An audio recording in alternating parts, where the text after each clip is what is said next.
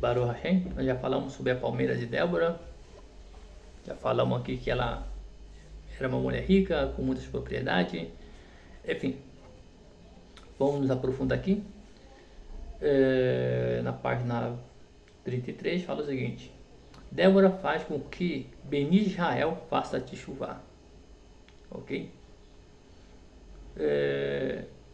Vamos dar seguimento, depois nós vamos dando detalhes mais ainda. Ok? Vamos colocando nossos comentários. Então vamos lá. Débora era considerada, Débora era considerada ela própria mãe de Beni Israel. Eles eram seus filhos, a quem ela teve que educar para estudar a Torá e cumprir todas as mitzvot. Ela também os instruiu a ficarem longe da adoração dos ídolos dos Caínim. Débora trabalhou duro para ensinar os judeus. Eles aceitaram a sua palavra e fizeram teshuvá. A própria Débora se tornou maior do que todos os sofetim, maior do que todos os juízes da sua época. Algum deles sentiu o espírito de Hashem sobre eles, Mas Débora atingiu um nível ainda mais elevado. Ela se tornou uma Nevia, ou Nívia, ela se tornou uma profetisa, com quem Hashem falava. Com ela, o povo de sua geração tivera um sirhut especial. Sirhut é um mérito especial, mérito. Hashem realizou milagres para eles.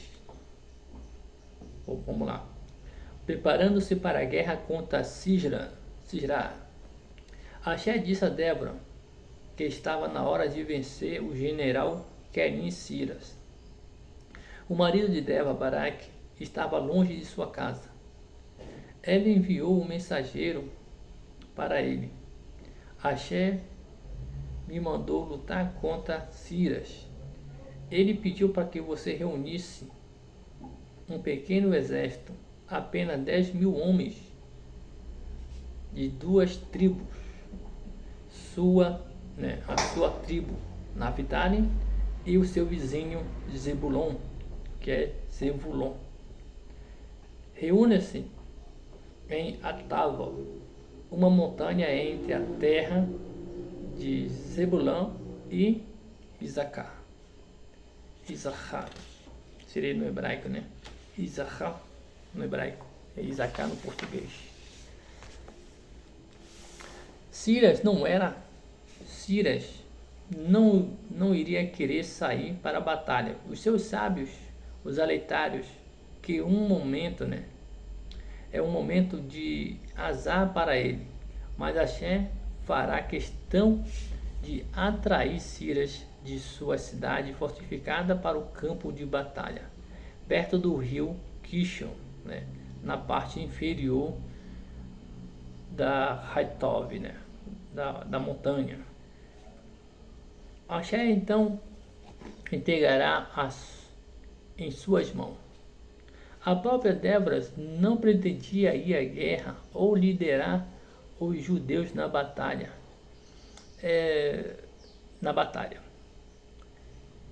Estar no exército não era um trabalho de mulher, mas Barak tinha medo de começar uma guerra sem Débora. Ele enviou de volta mensageiro: eu só irei para a batalha se você vier. Os soldados podiam se recusar a entrar em uma batalha tão perigosa a menos que você estivesse lá para garantir que ouvisse a ordem de Hashem.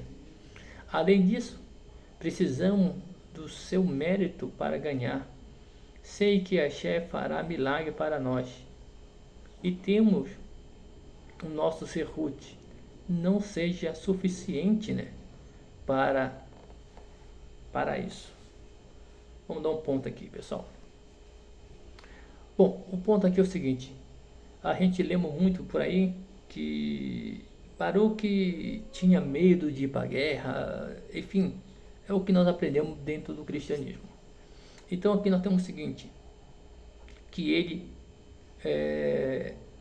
ele tinha medo por ele não ser tão estudioso. A questão é que ele não era tão sábio e tão estudioso, ele não tinha tanta sabedoria como um professor, como um juiz. Ele nunca vai ser juiz. Olha, só para você ter noção, ele não é juiz, ok? Ele não foi juiz e não será juiz. Então significa que ele não é tão sábio, ele não tem muito conhecimento da lei da Torá. Então por isso que ele vai pedir para sua esposa acompanhar ele nessa guerra. O povo vendo, desculpa dizer aqui, imaginou um analfabeto puxar uma guerra, entendeu? Seria mais ou menos assim, um analfabeto puxando uma guerra. Só que ele sabe que ele não tem tanto mérito, mas ela tem mérito suficiente.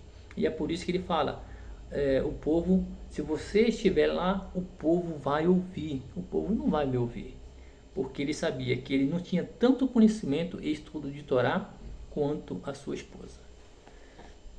Vamos lá. É o que ele fala aqui, né, pessoal? Débora respondeu, através de um mensageiro. Concordo ir, mas lembra-se de que você não receberá o mérito por vencer a guerra. Axé entregará Ciras nas mãos de uma mulher. As palavras de Débora tinham um duplo sentido. Significava literalmente que ela seria elogiada por vencer a guerra, mas havia um significado profundo. Outra mulher ajudaria a trazer a vitória. Em breve leremos sobre isso. Em breve a gente vai dar um ponto maior, ok? Baraque enviou uma mensagem para a tribo de Zebulon e Naphtali. Axé quer que 10.000 homens de vocês se reúnem para a guerra. Assim que essas duas tribos ouviram a ordem, elas se prepararam para a guerra. Nenhum judeu se recusou a ser convocado, embora eles tivessem arriscado suas vidas ao enfrentar o exército de Círias, que tinha 900 bigornas de ferro, ou seja, carruagem de ferro, tanque de guerra naquela época. Mesmo os sofrim, os escribas que escreviam Sifrei Torá, ou outros escribas sagrados, e não foram treinados para servir o exército, se reuniram sem hesitar. Então,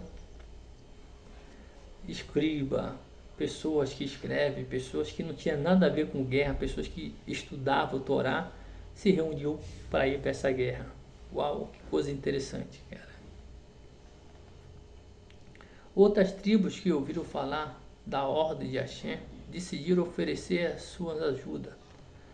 Tropa de Manassés, a parte que vivia em Eretz de Israel, não ao leste do Jordão, se ajuntaram. Entre eles estavam até os príncipes de Tamiter, os Chachamim, né? Até os sábios se reuniram, né? Pessoas que estudam Torá se reuniram. Alguns homens da tribo de Isacar, que estudavam constantemente a Torá e eram alunos de Débora, também se ofereceu para ir à batalha.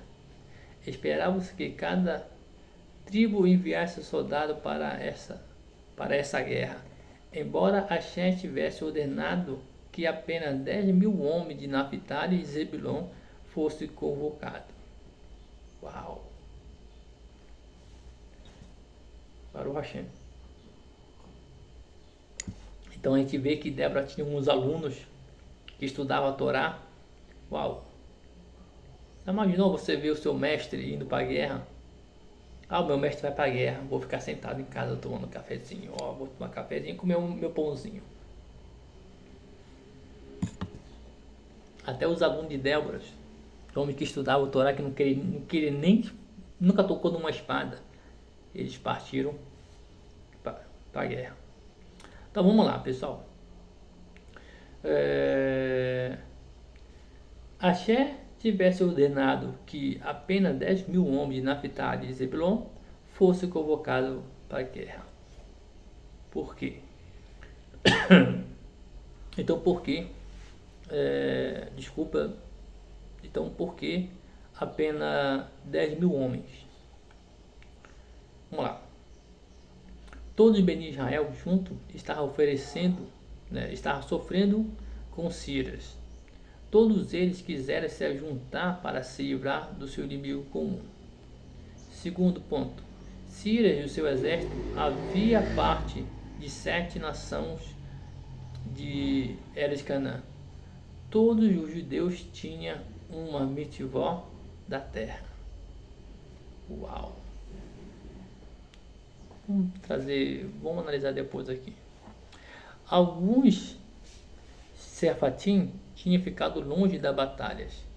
Nenhum homem da tribo de Ruven e metade da tribo de Manassés, que moravam ao lado do leste do Jordão, nunca apareceram.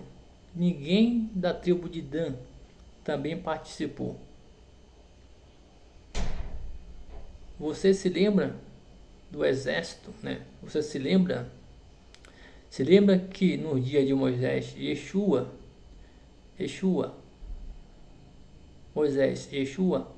a tribo de Dan, sempre que for uma parte importante do exército, 2 tropas protegiam os judeus pela retaguarda.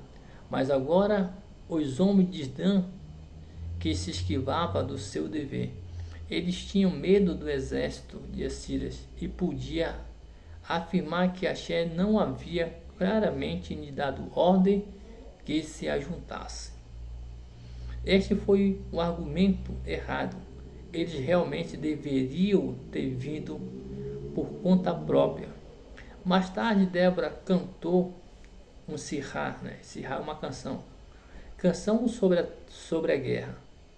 E nessa música ela culpou as Sevetim, a Shebati, que se preocuparam mais com ela mesmo do que com a nação de Israel. Uau, vamos dar uma parada aqui, pessoal. Vamos trazer aqui um ponto legal. Então Deus pede 10.000 homens. As tribos começam a vir, né? E aqui é porque as tribos queriam as tribos ela queriam vir, né? A maioria das tribos ela queriam vir para essa guerra, porque a nação, né? Sírias tinha um exército e esse exército era unificação das 7 tribos que estavam ao redor de Israel, da terra de Canaã. Então por isso que Israel falou, não, nós temos uma mitivá, né? Aqui fala bem claro que eles têm uma mitivá de ir ao campo de batalha, ok? Contra as 7 nações. Então esse era o momento que as 7 nações estavam unidas numa guerra, então todo Israel também podia se unir, ok? Vamos lá. Tem uma coisa aqui legal também que a gente vai falar aqui.